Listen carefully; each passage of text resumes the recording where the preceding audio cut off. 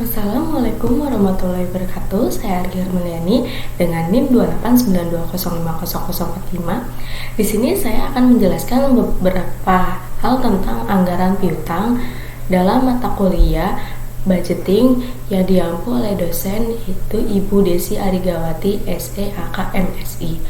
Saya dari semester 5. Sebagai salah satu bentuk investasi, maka piutang dagang ada beberapa hal, yaitu 1. Menyerap sejumlah dana modal kerja. Yang kedua, mempunyai usia tertentu sesuai dengan waktu keterikatan. Yang ketiga, mengaruhi tingkat risiko perusahaan secara keseluruhan. Dan yang keempat, perlu dimonitor tingkat efisiensi pengelolaannya dari waktu ke waktu. Manfaat yang diperoleh dengan melakukan penjualan kredit, yaitu merupakan upaya untuk meningkatkan omset penjualan. Yang kedua, kenaikan keuntungan. Yang ketiga, menjamin kontinuitas hubungan dagang antara perusahaan dengan pembeli. Yang keempat, kredit jangka panjang menciptakan keuntungan tambahan bagi penjual. Jadi di sini ada beberapa manfaat yang harus kita ketahui dulu nih. Penjualan kreditnya itu menguntungkan dari diri kita atau malah merugikan. Jadi ini dasarnya manfaatnya. Berbagai jenis beban dan biaya yang timbul karena penjualan kredit.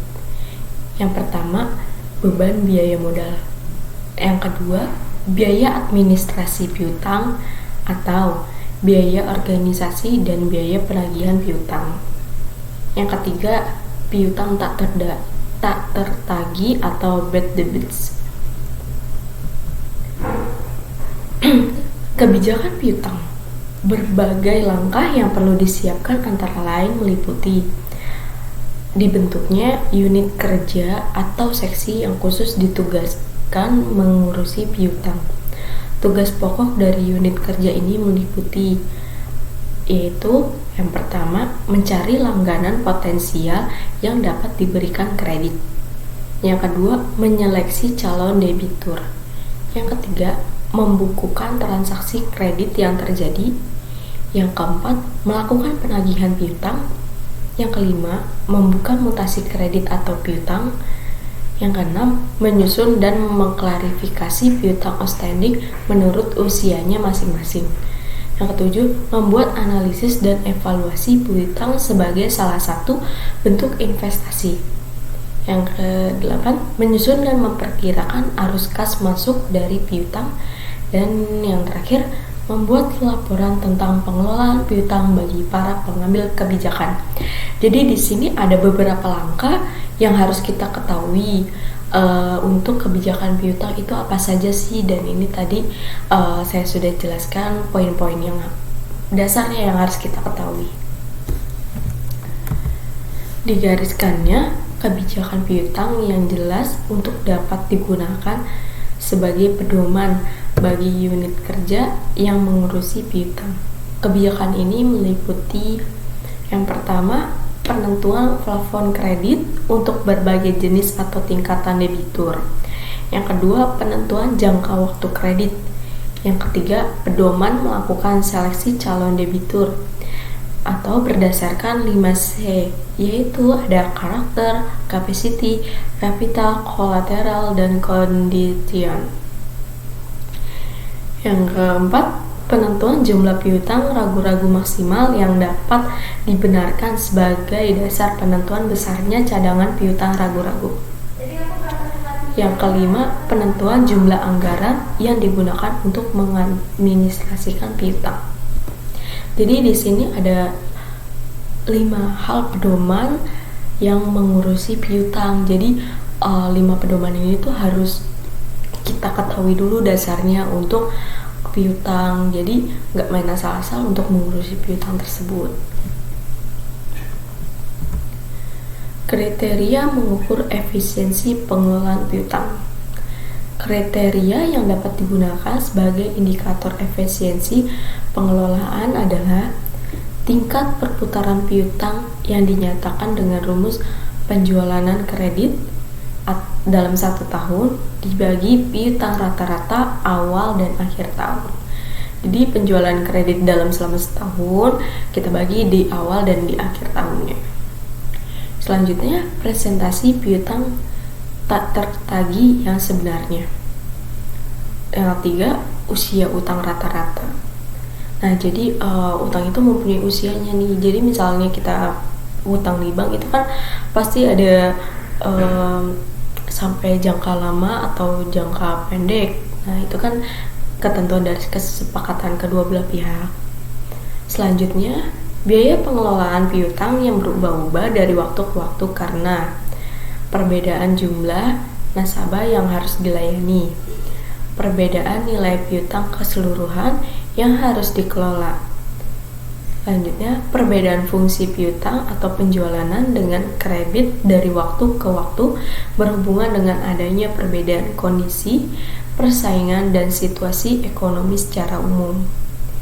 Selanjutnya, perbedaan jangka waktu kredit yang diberikan.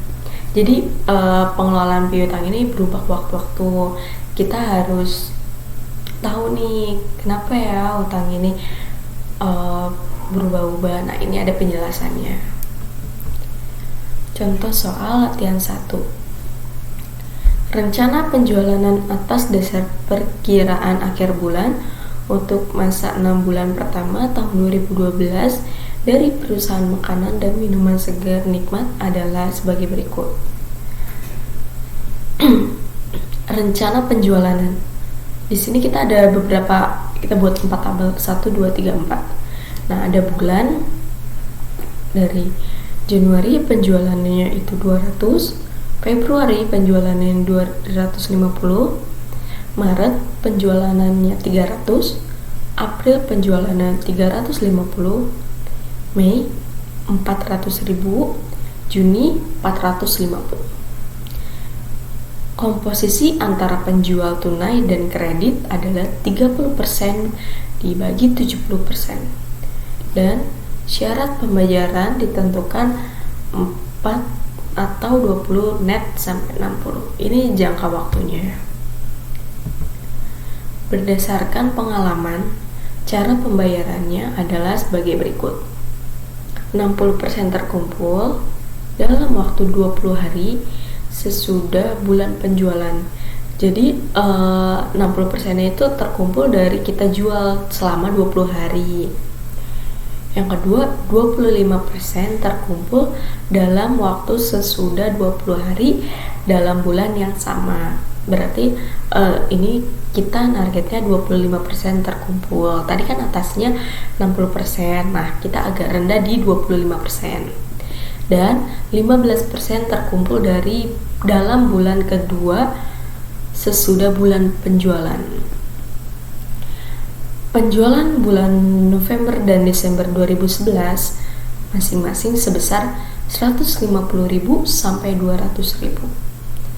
Jumlah bad debitnya diperkirakan sebesar 2,5%.